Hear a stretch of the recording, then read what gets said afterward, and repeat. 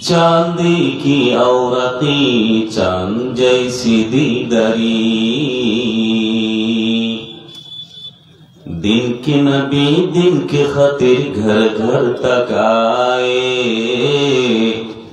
Taif में जाकर पत्थर तक खाए। दिन के नबी दिन के खातिर घर घर तक आए,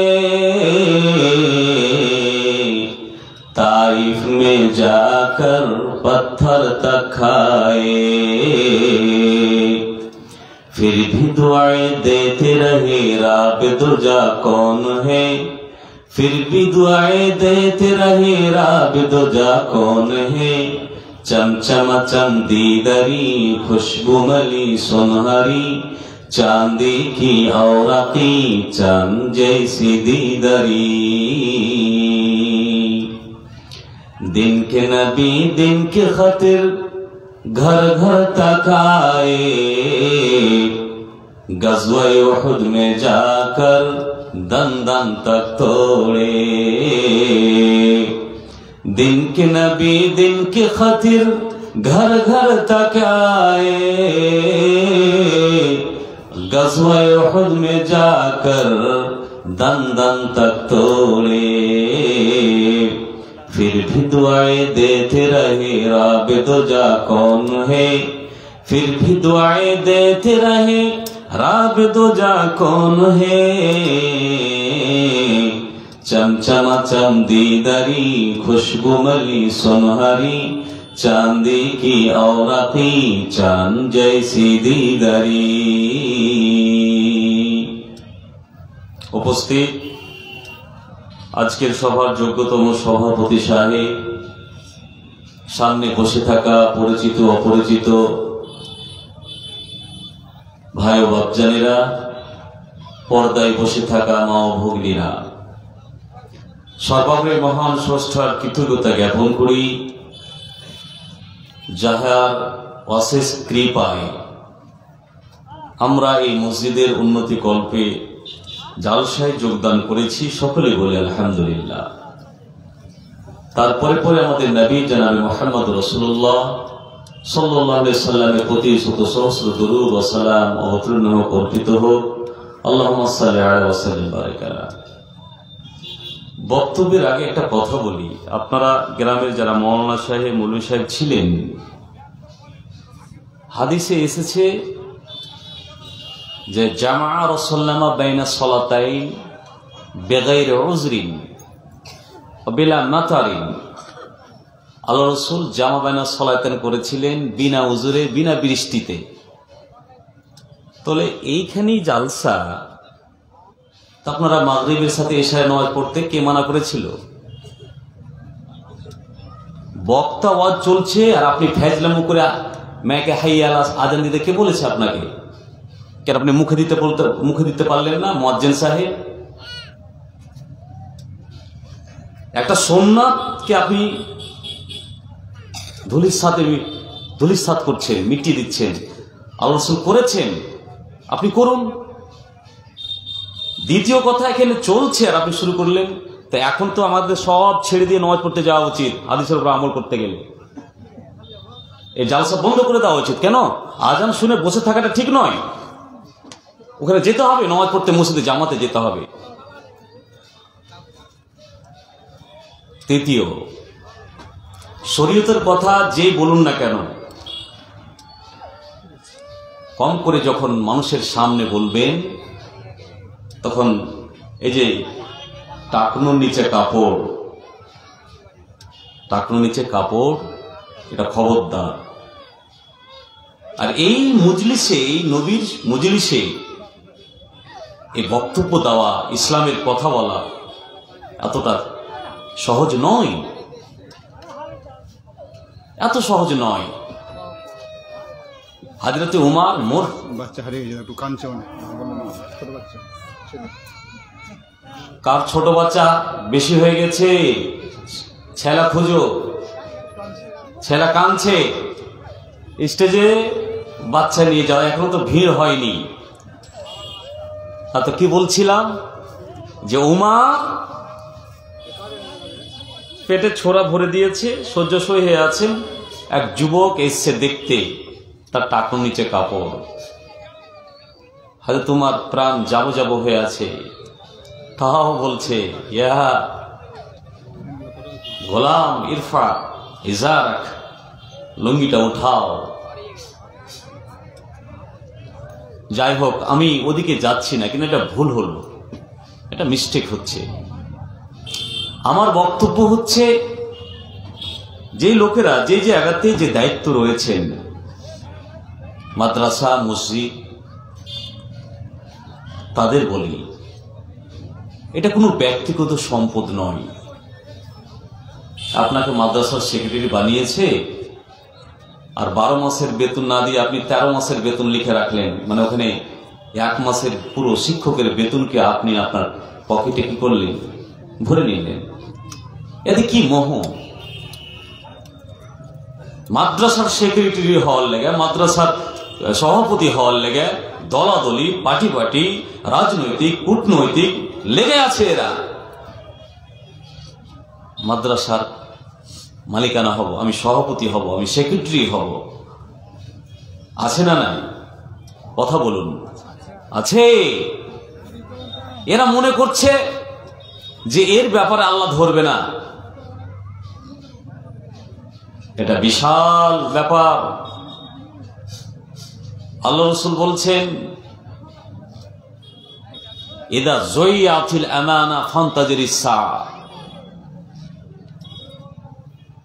যখন কোনো মানুষকে দায়িত্ব দেওয়া হবে, মাদ্রাসার সেক্রেটারি বানা হবে, সভাপতি বানা হবে, আর হওয়ার জন্য উদ্গ্রীব হয়ে থাকবে, ও আর গোষ্ঠীকে ধরবে, ও আর পার্টিকে ধরবে।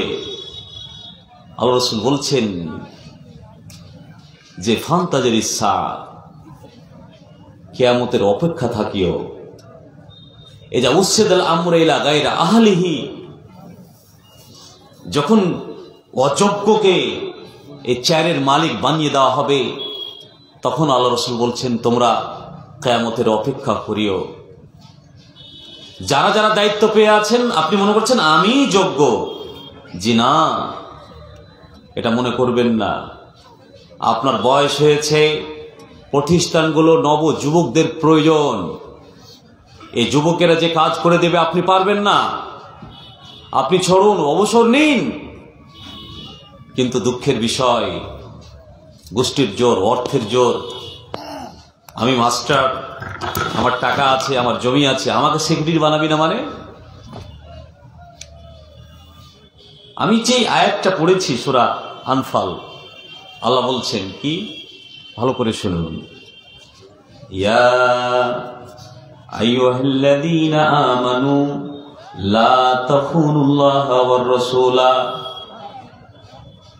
ঈমানদার ব্যক্তিগণ যারা আল্লাহকে মেনে নিয়েছো, তোমরা ভালো করে শুনো, কোনদিন তোমরা আল্লাহ এবং আল্লাহর রাসূলের আমানতের খিয়ানত করিও না। ওয়ালা তাখুনু আমানাতুকুম, তোমাদের সমাজে গ্রামের লোকেরা মসজিদের ইমাম বানিয়ে রেখেছে আপনাকে, গ্রামের লোকেরা মসজিদের সভাপতি বানিয়ে রেখেছে আপনাকে, গ্রামের লোকেরা মসজিদের ক্যাশিয়ার বানিয়ে রেখেছে আপনাকে, আর আপনি ওই টাকাগুলোকে, ওই সম্পদগুলোকে নিজের ব্যক্তিগত কাজে আপনি ব্যবহার করছেন। তো রব্বুল আলামিন বলছেন ওয়ালা তাখুনু আমানাতুকুম, এক অপরের মধ্যে যারা তোমাকে গচ্ছিত রাখার জন্য সম্পদ দিয়েছে, এলাকার লোকেরা, ওই টাকাগুলোর তোমরা কিঞ্চিত পরিমাণ আমানতের খেয়ানত করিও না।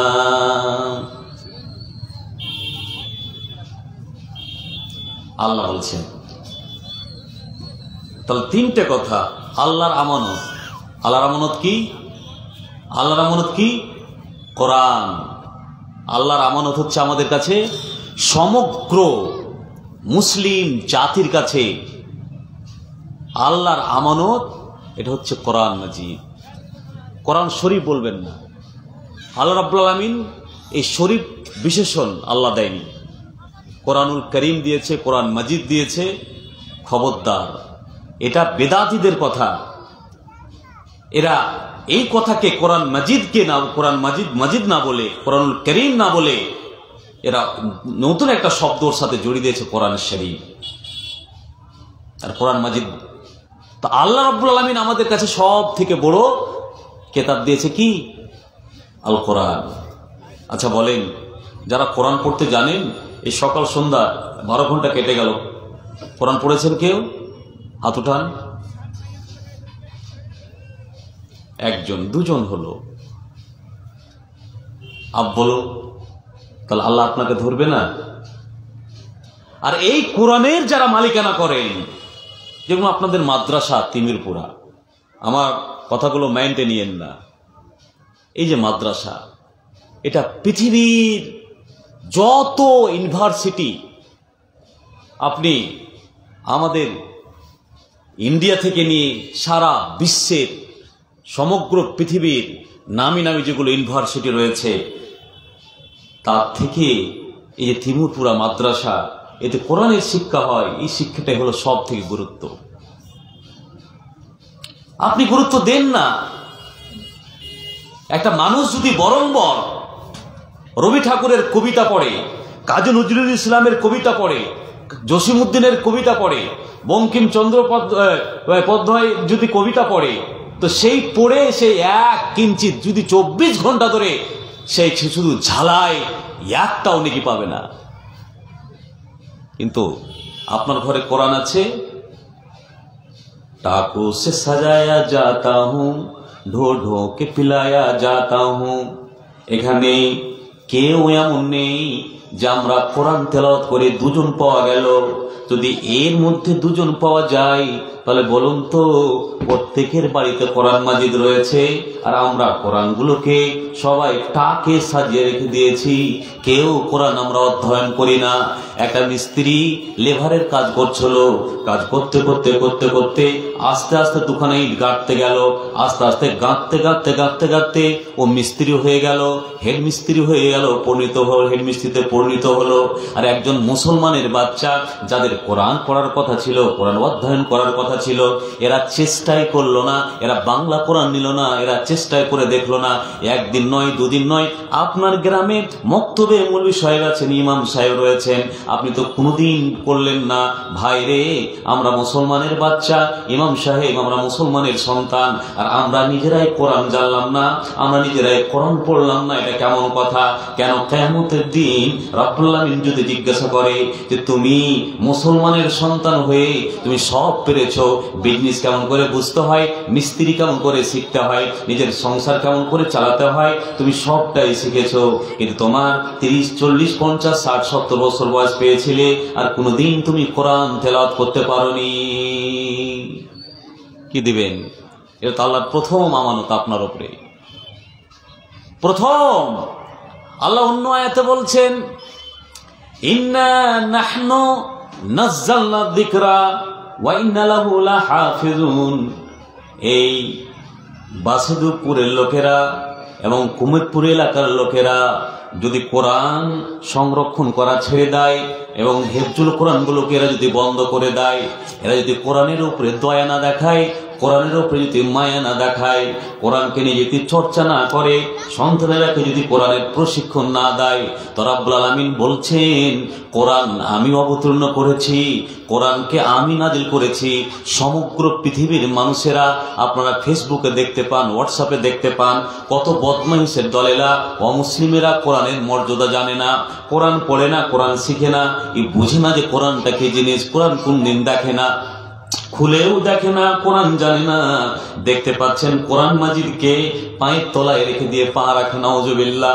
যে কোরআনের কথা আল্লাহ রাব্বুল আলামিন বলছেন, সমগ্র পৃথিবীর লোকেরা এই যদি কোরআনকে নিশ্চিহ্ন করার জন্য চেষ্টা করে, তো রাব্বুল আলামিন বলছেন, ও সকল পৃথিবীর মানুষেরা ভালো করে শুনে নাও, তোমরা যদি কোরআনকে মিটাবার চেষ্টা করো, তো আমি স্বয়ং রাব্বুল আলামিন বলছি, আমি কোরআন অবতীর্ণ করেছি, এত বড় আমানত পৃথিবীর মানুষকে আমি দিয়েছি, এর সংরক্ষণ, এর হেফাজত আমি নিজে নিয়ে নিলাম, আমি নিজেই করব। আপনারা যদি না পড়েন, তাহলে সংরক্ষণ করবে কে? ইমান।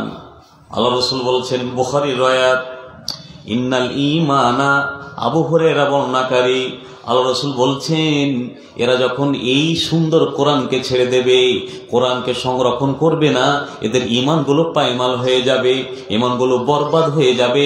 এই এলাকাতে দেখে মনে হবে এরা মুসলমান, কিন্তু এদের আমল থাকবে না, এরা আমল করবে না।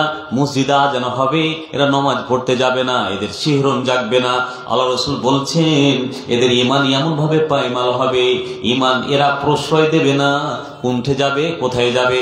আল্লাহ রসুল স্বয়ং বলছেন, ইন্নাল ঈমানা লা ইয়ারজু ইলাল মাদিনাতে কামা তারজুল হাইয়াতু ফি জোহরিহা। আল্লাহ রসুল বলছেন ঈমান এই বাসুদপুরে শুধু এদিকে ওদিকে উঁকি মেরে বেড়াবে, তিমুরপুরাতে উঁকি মেরে বেড়াবে, আইডিয়াল ক্লাবে যাবে, কোমরপুর বাজারে যাবে। এরা যখন ঈমানকে ছেড়ে দেবে, ইন্ডিয়ার লোকেরা আর ঈমানকে প্রশ্রয় দেবে না, কোরআনের সংরক্ষণ করবে না, পাকিস্তান করবে না, মুসলমান দেশগুলোই আল্লাহকে ভুলে যাবে, কোরআনকে ভুলে যাবে। আল্লাহ রসুল বলছেন ঈমান বইমুখ হয়ে মদিনার প্রান্তে চলে যাবে, মদিনার দিকে চলে যাবে। যেই মতো সাপ তার বিল থেকে, তার খাল থেকে বেরিয়ে ও নিজের আহার করার জন্য বের হয়, পোকামাকড়কে ধরে খাবে তার জন্য বের হয়, আর যেমনই মানুষের সাড়া পেয়ে যায়, যেমন মানুষকে দেখতে পায়, তেমনি বইমুখ হয়ে তার গর্তে লুকিয়ে যায়। ওই মতো এমন একটা যুগ চলে আসবে যারা কোরআন সংরক্ষণ করবে না, আর যখন কোরআন সংরক্ষণ করবে না তাদের ভিতরে ঈমান থাকবে না, আর ঈমান তখন বইমুখ হয়ে মদিনার প্রান্তে চলে যাবে। আপ বলেন কি হবে অবস্থা?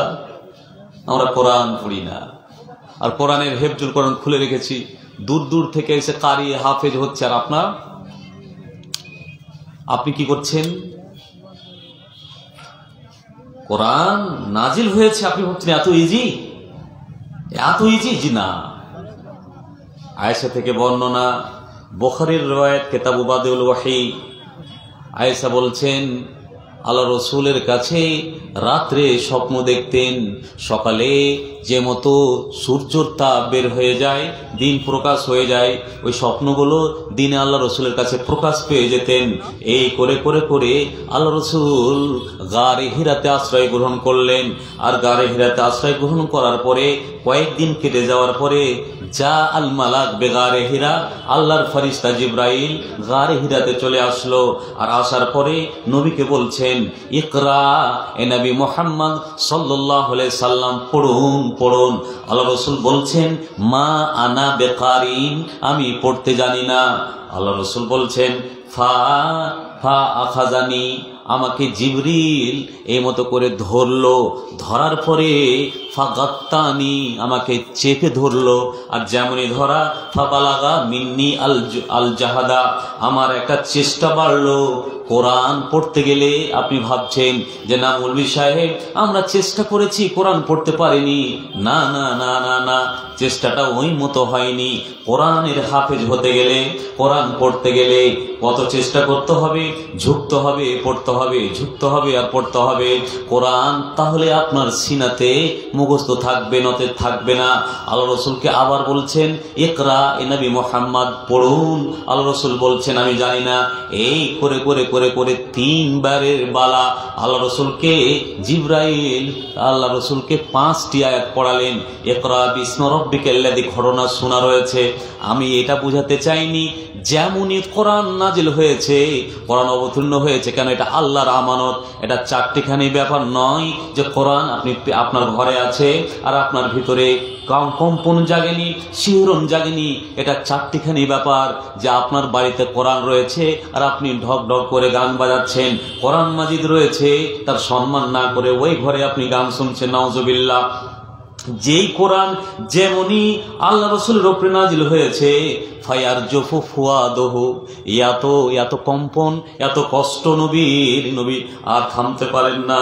আল্লাহ রসুল ওই গারে হিরা থেকে দৌড়াতে দৌড়াতে আর কাঁপতে কাঁপতে যেমন জ্বর চলে আসে আর কাঁপে, ওই মতো হতে লেগেছে। কেন? যে কোরআনে আছে আল্লাহর আমানত, এটা চারটিখানি ব্যাপার নয়। দৌড়াতে দৌড়াতে হাজরতে খাদিজার কাছে এসেছেন আর আসার কাছে বলছেন, জাম্মিলুনি জাম্মিলুনি ইয়া খাদিজা, এই খাদিজা দেরি করো না, তুমি তাড়াতাড়ি আমাকে কম্বল ওড়িয়ে দাও, কম্বল ওড়াও। কেন? যে আমার কাছে একটা অদ্ভুত ব্যাপার ঘটনা ঘটেছে। ফাখবারাল খাবরা বেমা ওয়াকা, ওই ঘটনাটাই যেটা গারে হিরাতে হযরতে নবী করিম সাল্লাল্লাহু আলাইহি সাল্লামের সাথে যেটা সংগঠিত হয়েছে, পুরো খবর হযরতে খাদিজাকে বললেন। কে বলেছে যে স্ত্রীকে বলা যাবে না? জি হ্যাঁ, স্ত্রীর কথা বলতে হবে। মা এবং বোন সন্তানকে পড়াচ্ছেন, ভাবছেন অত সোজা না। আর আপনি আপনার ছেলেটাকে পড়তে দিয়েছেন, মুলি সাহেব একটা লাঠি মেরে দিয়েছে, আর শুরু করলেন কি করতে? তোমার হুঁশ নেই মুলবি সাহেব? মুলবিকে অকথ্য ভাষাতে গাল দেয়, খবরদার। এখান থেকে ইবনে হাজার আসকালানী এর ব্যাখ্যা করেছে যে এর মানে হলো এই যে দাবুচা মানে ধরা, এর মানে হলো যদি ছাত্ররাকে একটু কড়া শাসন না করে পড়বে না। যদি আল্লাহ রসুলকে ছেড়ে দিতেন জিবরাইল, তো নবী তো আর চেষ্টা হতো না। তাহলে কোরআনের প্রভাব, কোরআন যে এতটা যে আল্লাহ রসুল কাঁপছে আর স্ত্রীকে বলছে, স্ত্রী তখন উত্তর দিচ্ছে কাল্লা ওয়াল্লাহে। স্ত্রী বলছে, ও মা এবং বোন, স্বামী যদি কোনো প্রেশানে পড়ে যায় তাহলে স্বামীকে আরো পিছনে না ঠেলে দিয়ে তাকে উদ্বুদ্ধ করতে হবে, আগ্রহ যোগাতে হবে। আল্লাহ রসুলকে খাদিজা বলছে কাল্লা ওয়াল্লাহে মা ইউজিকাল্লাহু আবাদা, খোদার কসম খেয়ে বলছে স্বামী, আল্লাহ আপনাকে ছোট করবে না, আল্লাহ আপনাকে ধ্বংস করবে না, আল্লাহ আপনাকে রিসওয়া করবে না, অতএব আপনাকে চিন্তা করতে হবে না। আল্লাহ রসুল যে কাঁদছে, এই মতো তাকে কম্বল উড়িয়ে দেওয়া হয়েছে। তারপরে যখন আল্লাহ রসুলের কাছে যখন ক্লান্ত এবং ভয় যখন দূর হয়েছে, হযরতে খাদিজা স্বামীকে ওয়ারাকা বিন নওফালের কাছে নিয়ে গেল। কেন? যে ওয়ারাকা বিন নওফাল ইনজিলকে এব্রানি ভাষাতে ট্রান্সলেট করত, এব্রানি ভাষাতে তর্জমা করত। ওই এলাকাতে মক্কাতে সব থেকে বড় পাদরি এবং সব থেকে বড় আলিম ওয়ারাকা বিন নওফাল ছিল, তার কাছে যাওয়া হলো। এর মানে হলো এখান থেকে কোনো আলিম ইস্তেদলাল করেছে যে আপনি শরীয়ত যে জিজ্ঞাসা করবেন ফতোয়া, যাত্রার সাথে জিজ্ঞাসা করিয়েন না, যাত্রার কাছে যায়েন না।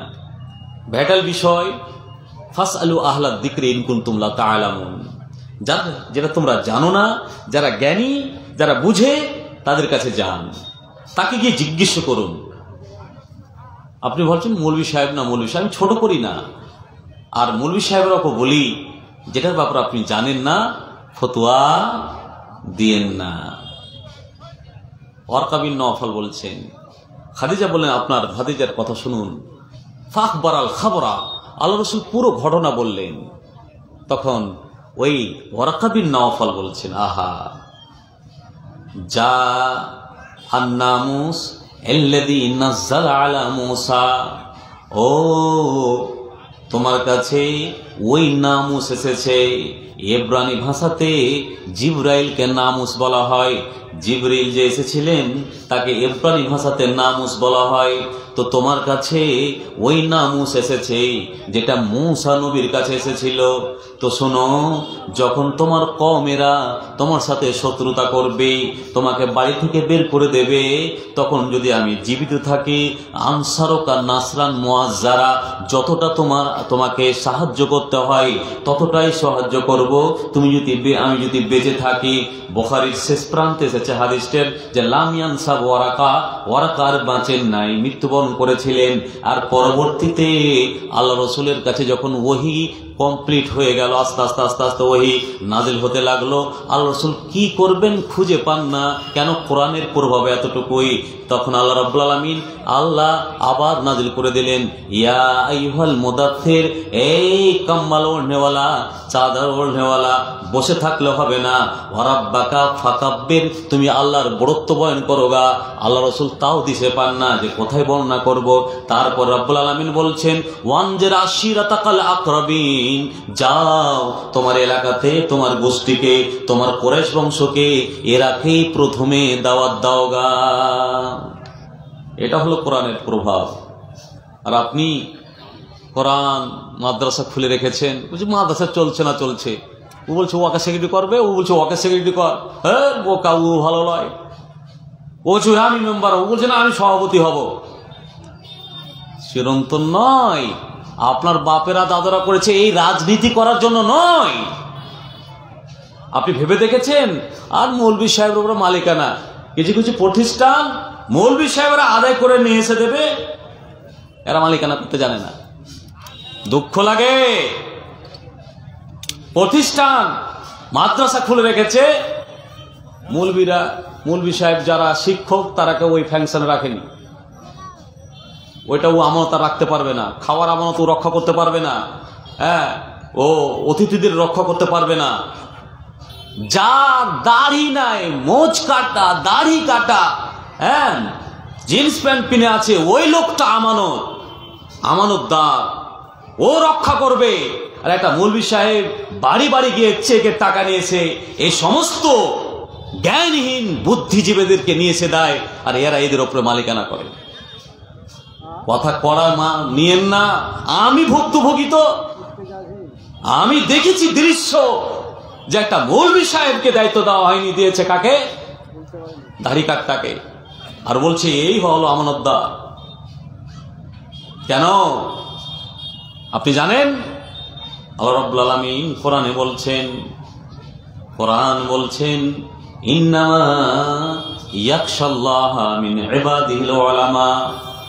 আপনি যেই মৌলভী সাহেবকে মাদ্রাসার দায়িত্ব দিতে পারেননি, যেই মৌলভী সাহেবকে, যে মাওলানাকে আপনি আমানতদার মনে করতে পারেন না, আপনি দাড়ি কাটটা, আপনি 5 ওয়াক্তের নামাজ পড়েন না, আর এলাকার লোকেরা আপনাকে ভাবছে আমানতদার। কেন? ওটা কথা নয়।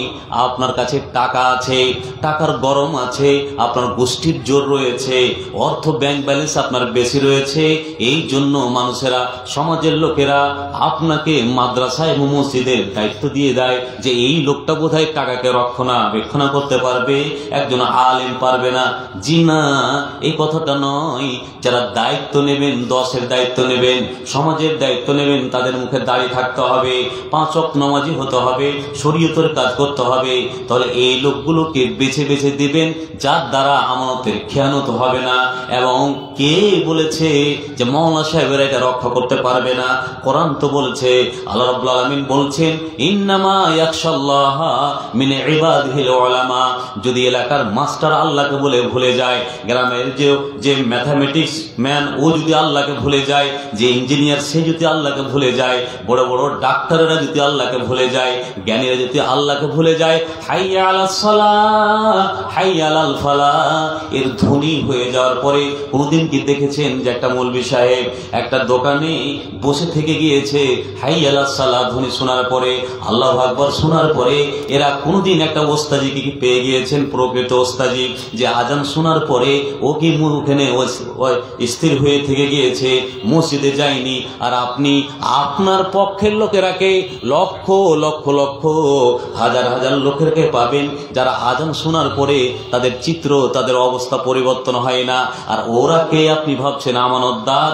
খবরদার, খবরদার। আল্লাহ রাব্বুল আলামিন বলছেন, পৃথিবীর সমস্ত লোকেরা আল্লাহকে যদি ভুলে যায়, তাহলে একটা আলেম, একটা মাওলানা কখনো আল্লাহকে ভুলে যেতে পারে না। কেন? যে প্রকৃত পক্ষে যদি আল্লাহকে ভয় করে, তাহলে আলেমেরাই করে। কে বলেছে? আল্লাহ রাসূল বলছেন, খায়রুকুম মান তাআল্লামাল কুরআনা ওয়া আল্লামা। উসমান থেকে বর্ণনা, উসমান বিন আফফান বলছেন, আল্লাহ রাসূল বলেছেন, খায়রুকুম মান তাআল্লামাল কুরআনা ওয়া আল্লামা। এই এলাকাতে আমি তো মনে করেছিলাম 50% কোরআন জাননেওয়ালা হবে। আমাদের কুমুদপুর এলাকাতে এই তিমুরপুরা হেফজুল কোরআন রয়েছে, যেখানে কোরআনের রক্ষা করা হয়, আল্লাহর আমানতকে হেফাজত করা হয়। তারপরেও 2 থেকে 3 জন পাওয়া গেল যারা কোরআন জানে, কোরআন পড়তে জানে, কোরআন পড়ে।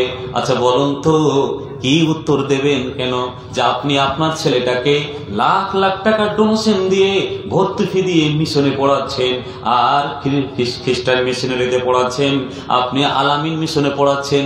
আমি আপনাকে নিষেধ করি নাই যে আপনি পড়াবেন না, এটা দুনিয়ার ক্ষেত্রে, কিন্তু আপনি যে কবরে চলে যাবেন, আখিরাতের জন্য আপনি কি বানিয়ে গেলেন? আর আল্লাহ রাসূল হাদিসে বলছেন, খায়রুকুম মান তাআল্লামাল কুরআনা ওয়া আল্লামা। পৃথিবীর বুকে ওই লোকগুলো সব থেকে আল্লাহর কাছে সম্মানীয়। ও রাজনৈতিক ব্যক্তিরা ভাই, আপনি সেক্রেটারি, আপনি মাস্টার, আপনার টাকা আছে, আর আপনার ভিতরে যদি কোরআন নাই, কোরআন যদি আপনি না জানেন, দুঃখিত, আল্লাহ আপনাকে সম্মানী বলেননি। আপনি অনেক বড় এমএলএ, আপনি অনেক বড় এমপি, আপনার টাকার উপরে টাকা, টাকার উপরে টাকা, যদি আপনি কোরআন না জানেন, দুঃখিত, আপনিও সম্মানী নন। আপনি পিএইচডি হোল্ডার, আপনি অনেক ডিগ্রি করেছেন, এমএ করেছেন, বিএড করেছেন, চাকরি করেন, টাকা আছে আপনার, আর আপনার ভিতরে কোরআন নেই, মুখে দাড়ি নেই, দুঃখিত, আপনিও সম্মানীয় নন। আল্লাহর কাছে সম্মানী কারা? আল্লাহ রাসূল বলছেন, খায়রুকুম মান তাআল্লামাল কুরআনা ওয়া আল্লামা। যারা আল্লাহর সব থেকে বড় আমানতকে শিক্ষা অর্জন করে এবং অপরকে শিক্ষা দেয়, এরাই হলো সব থেকে উত্তম, এরাই হলো আল্লাহর কাছে সব থেকে প্রিয়। আপনি হতে পারেন নাই। এখন বলুন, যারা এই লোকগুলোর ছাত্র এবং শিক্ষকের মালিকানা করেন, তাদের বলি, আপনি ভাবছেন যে আমি সেক্রেটারি, তা বলে আমি হলাম সম্মানী? জি না, এটা কথা নয়, হাদিস এটা কথা বলে না। আপনি প্রেসিডেন্ট, আপনি ক্যাশিয়ার, তা বলে আপনি মনে করবেন আমি সম্মানী? জি না, এ কথাটাও নয়। আল্লাহ রসুলের হাদিস অনুযায়ী ওই শিক্ষকটাই, ওই ছাত্রটা, ছাত্র হলো আপনার থেকে সম্মানী। অতএব তাদের সাথে কথা বলবেন, তাদের সাথে আচরণ করবেন মার্জিত ভাষায়, তারাকে ব্যঙ্গ করবেন না, ডাঁটবেন না। তার মানে ওই লোকটাকে ডাঁটলেন যে আপনার মাদ্রাসার কারি সাহেব, হাফেজ কোরআন, তার সাথে আপনি বেয়াদবি করলেন, তাকে আপনি আদব দিলেন না, তার সাথে বেইজ্জত করলেন, ইজ্জত দিলেন না। শুনে রাখুন, আপনি একজন কোরআনের হাফেজের সাথে বেয়াদবি করেছেন, তুই তখন কিয়ামতের দিন আপনাকে জবাব দিতেই হবে, উত্তর দিতেই হবে। যদি আপনি জোরে করে কথা বলে থাকেন, পাওয়ার যদি দেখিয়ে থাকেন, এবং আপনার যে পদ রয়েছে, পদের যদি পাওয়ার দেখিয়ে থাকেন, তাহলে আপনাকে কিয়ামতের দিন জবাব দিতেই হবে। কেন যে একটা কিয়ামতের দিন একটা দুর্বল গরু আর একটা যদি তাকাতওয়ার গরু, শক্তিশালী গরু, যদি দুর্বল গরুকে শক্তিশালী গরু হুঁড়া মেরে থাকে, লাত মেরে থাকে, তো কিয়ামতের দিন এই কমজোর গরুটাকে আল্লাহ পাওয়ার দিবেন আর ওকে দুর্বল বানিয়ে দেবেন, আর বলবে তুমিও মেরে নাও। তো একটা জানোয়ারের ক্ষেত্রে, একটা প্রাণীর ক্ষেত্রে যদি এটা হয়, তাহলে আপনি বলুন তো, আল্লাহর শ্রেষ্ঠ আলেমরাকে আপনি কষ্ট দিয়েছেন, তার ইমামতিতে তার 5,000 টাকা বেতন দেন, তাকে আঘাত দিয়েছেন, আপনি কোন জায়গাতে যাবেন? আজকে থেকে এ বক্তব্যের পর আপনি নিজেকে নিজেই মূল্যায়ন করুন। কেন যে আপনাকে কিয়ামতের দিন আল্লাহর কাছে উত্তর দিতেই হবে। বলছে মৌলভী সাহেব এগুলো কেন বলছে? কেন? আপনারা যে আল্লাহর আমানতের কাজ করে রেখেছেন, এটা আল্লাহর আমানত, যেটা আপনারা করছেন মাদ্রাসা, আর আপনারাই যদি এখানে রাজনীতি ঢোকান, আহা, কোন কাজে কূটনৈতিক নেই, রাজনীতি নেই। আমি তো মনে করেছিলাম মুসলিমেরা নিজের এখানে গণতন্ত্র, সেকুলার রাষ্ট্রে নিজের অধিকার ফলাবার জন্য এরা আন্দোলন করবে, ওগুলোতে না করে, আরে নিজের যেগুলো সম্পদ ওখানে খালি কোলাকলি, ওখানে ও আরকে মানে না, ও আকে মানে না, এইটাতে লেগে আছে। কথা বাস্তব? হ্যাঁ বলুন, বাস্তব কিনা? এটা বাস্তব।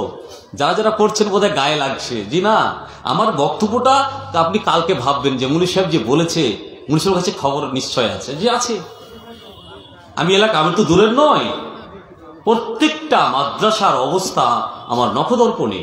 আপনি বলে এগুলো বলছেন কেন? আমি তো থাকছি শামসি এলাকাতে, ওরা বড় বড় প্রতিষ্ঠান, একের পর এক এলাকাতে বড় বড় মাদ্রাসা, প্রতিবার তারা আলেম বানাতে আছে। আর আপনার এলাকাতে আপনি বাড়াতে পারেন, আরো কমছে কেন? এই জন্য আপনার বরকত হয় না। মা এবং বোন, আপনারাকে বলি, আপনারা মনে করছেন যে যে এটা মাদ্রাসার জায়গির দিয়েন না কেন? ওটাই হাদিসের ব্যাখ্যা। আপনি মনে করবেন যে আমার বাড়িতে আমি যে জায়গির নিয়েছি, জায়গির পুষছি। মা এবং বোন, আপনাদের অনেক অধিকার রয়েছে। যদি পুরুষ শুধু আপনাকে ইনকাম করে নিয়ে এসে দেবে, খাবার নিয়ে এসে দেবে, বাজার করে নিয়ে এসে দেবে, তো ওস্তাজিকে এবং মৌলানাকে খাওয়াবেন আপনার হাতের দ্বারা। আপনার বাড়িতে মাছ আছে আর আপনি লবণ দিয়ে দিলেন, আপনার বাড়িতে তরকারি আছে তারপর আপনি তরকারি দিলেন না। খবরদার, এত বেয়াদবি করবেন না। আমি আপনাকে বলি, আমার কাছে নখদর্পণে রয়েছে আল্লাহ রসুলের হাদিস, যে আপনি ভাবছেন যে এটা ওস্তাজি, এটা গরিব মানুষ এই মাদ্রাসায় পড়তে এসেছে, এটা মৌলানা গরিব মানুষ মাদ্রাসায় পড়াতে এসেছে, এটা খবরদার এটা ভাবিয়েন না। ভাববেন কি, যে আল্লাহর শ্রেষ্ঠ কিতাব, যেই আমানত আমাদের সমগ্র পৃথিবীর মানুষকে দিয়েছে, তাদের এই শিক্ষক এবং তারা এই ছাত্র, এই কোরআনের শিক্ষক এবং কোরআনের ছাত্র সব থেকে শ্রেষ্ঠ কিতাবের শিক্ষক এবং শ্রেষ্ঠ কিতাবের ছাত্র। এই মনে করে আপনি খাবার দেবেন, দেখবেন আল্লাহ আপনার বাড়িতে বরকত ভরে দেবে।